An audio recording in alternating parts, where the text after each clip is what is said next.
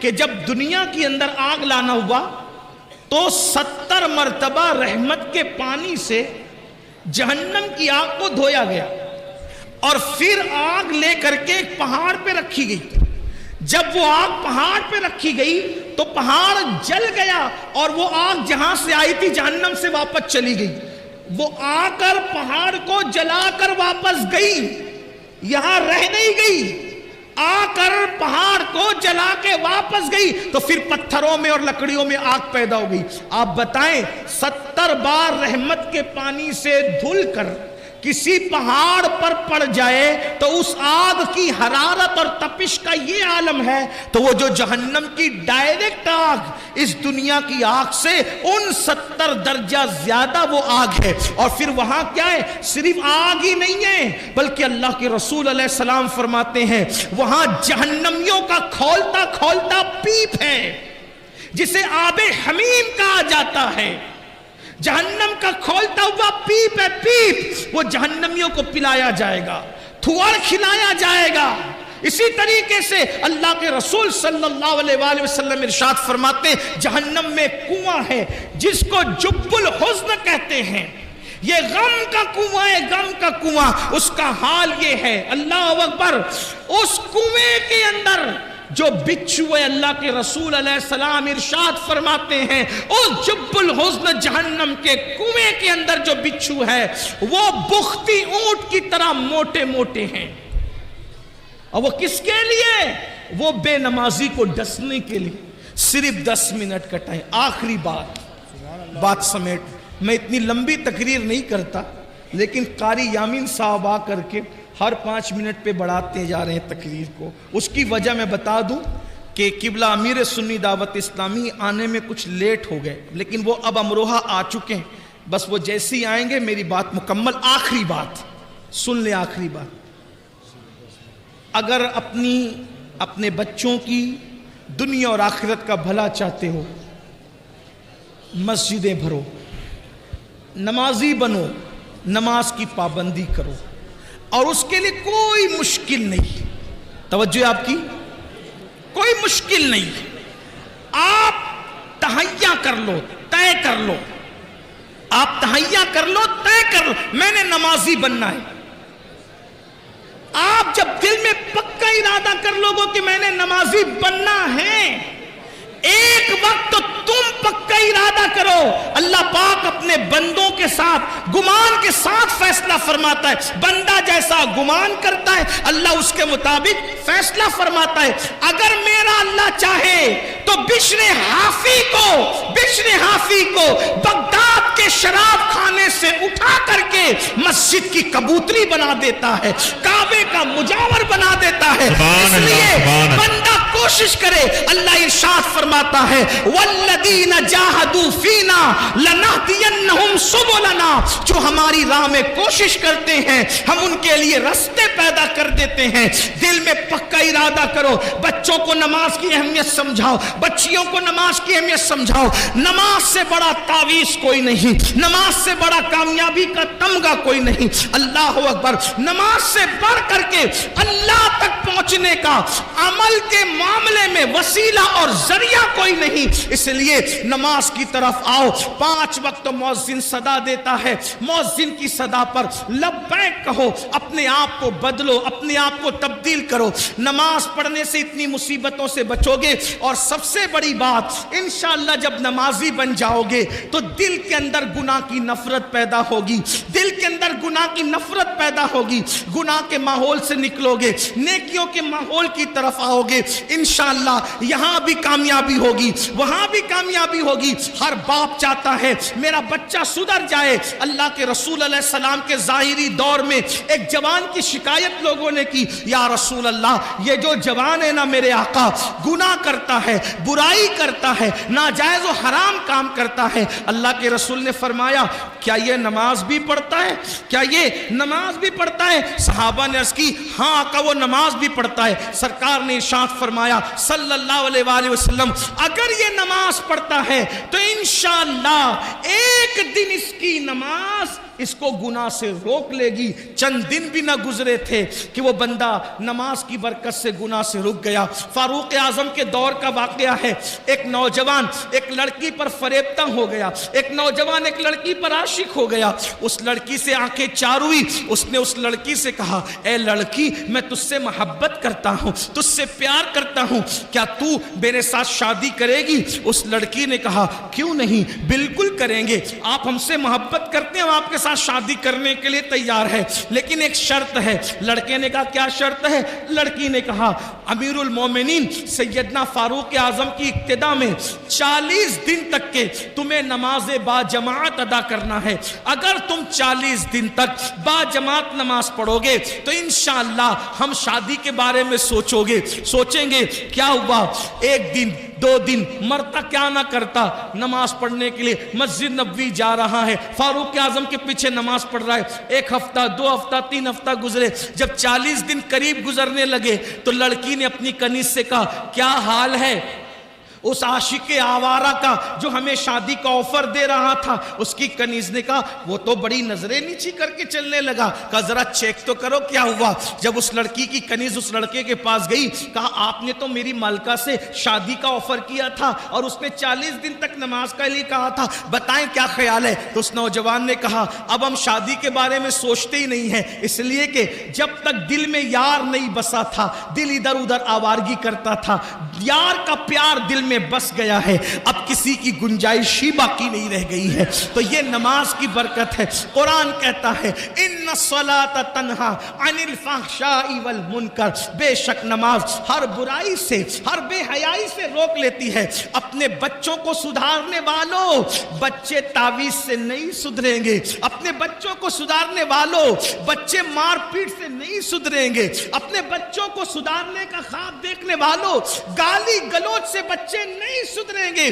قرآن نے کتنا خوبصورت قانون دیا، نمازی بنا دو بچے کو، انشاءاللہ دلوں میں نفرت پیدا ہوگی گناہ کی، دلوں میں نفرت پیدا ہوگی برائیوں کی، دلوں کے اندر گھن پیدا ہوگی برائیوں کی، اور نیکیوں کا جذبہ پیدا ہوگا، نیکیوں سے محبت پیدا ہوگی، خود بخود انسان اللہ کے قریب ہوتے ہوئے چلا جائے گا۔ کہتے ہیں ایک دور میں حضرت سیدنا ذوالنون مصری کا دور تھا۔ ذوالنون مصری کے دور میں ایک لڑکی تھی جو ماحول خراب کر رہی تھی، بگڑ گئی تھی، اور بگڑنے کی وجہ سے ماحول خراب کر رہی تھی۔ وہ رقص کرتی تھی، وہ ناچتی تھی، وہ گانے گاتی تھی، اس کا میوزک کا انداز بہت اچھا تھا، لوگ اس کے پاس آتے اور گانے سنتے، اس کا ناچ دیکھتے اور اس کے ناچ میں مبتلا ہوتے۔ ایک دن محلے کے کچھ شریف لوگ حضرت سیدنا ذوالنون مصری کے پاس آئے اور آنے کے بعد کہنے لگے اے اللہ کے برگزیدہ ولی، اے اللہ کے بندے، ایک لڑکی ہمارے محلے میں آئی ہے اور وہ اتنا اچھا ڈانس کرتی ہے، ناچتی ہے، گاتی ہے، یعنی اس کے میوزک کا ناچنے گانے کا انداز یونیک ہے، انفرادی ہے، سب سے ہٹ کر ہے۔ دن بدن لڑکے اس کے دام تصویر میں، دام فریب میں مبتلا ہو رہے ہیں۔ اے ذوالنون ایک کام کرو، تمہارے تعلقات بادشاہ تک ہے، تمہارے تعلقات بڑے بڑے اوپر لیول تک ہے، ایک کام کرو اس لڑکی کو ہمارے مصر سے نکال دو، ہمارے علاقے سے نکال دو، ہمارے محلے سے نکال دو۔ حضرت سیدنا ذوالنون مصری فرماتے ہیں لوگوں یہ بتاؤ تمہیں ناچ بند کرانا ہے یا لڑکی کو محلے سے نکالنا ہے؟ تو لوگوں نے کہا ہمیں تو ناچ بند کرانا ہے۔ تو حضرت ذوالنون مصری نے فرمایا تو محلے سے پھر مت نکالو، کیونکہ اگر ہم اس کو اپنے محلے سے نکال دیں گے وہ کسی اور محلے میں جا کے ناچے گی، ہم اپنے شہر سے نکال دیں گے کسی اور شہر میں جا کے گندگی پھیلائے گی، یہاں تو ذوالنون مصری ہے، وہاں کون ذوالنون مصری ہوگا؟ تو صوفیہ کا طریقہ کیا ہے؟ صوفیہ کا طریقہ یہ ہے کہ وہ گناہ سے نفرت کرتے ہیں، گنہگار سے نفرت نہیں کرتے، وہ بیماری سے نفرت کرتے ہیں،